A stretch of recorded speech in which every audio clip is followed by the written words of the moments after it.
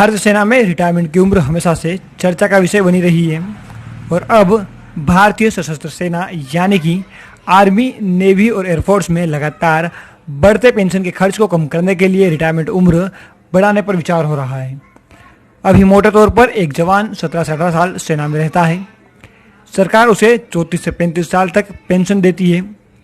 नई योजना के तहत जवानों को 34 से 35 साल सेवा का मौका मिलेगा और 17 से 18 साल पेंशन उम्र सीमा में बढ़ोतरी सरकार और जवान दोनों को फायदा होगा।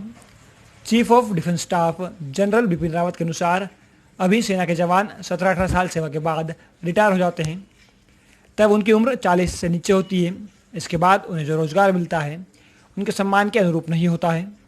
उनके बच्चे भी स्कूल में पढ़ रहे होते हैं। जबकि सरकार को 1/3 सैन्य कर्मियों की सेवानिवृत्ति उम्र को अफसरों की सेवानिवृत्ति की भांति 58 साल करने के लिए प्रक्रिया आरंभ की गई है। तकनीकी पदों, मेडिकल सेवाओं, गैर युद्धक भूमिकाओं में कार्य कर रहे जवानों को इस दायरे में लाया जाएगा। इस सिलसिले में कई अध्ययन किए गए थे और उन्हीं की रिपोर्ट पर यह निर्णय लिया गया है।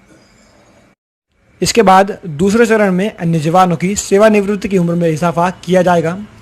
यह प्रक्रिया चरणबद्ध तरीके से की जाएगी।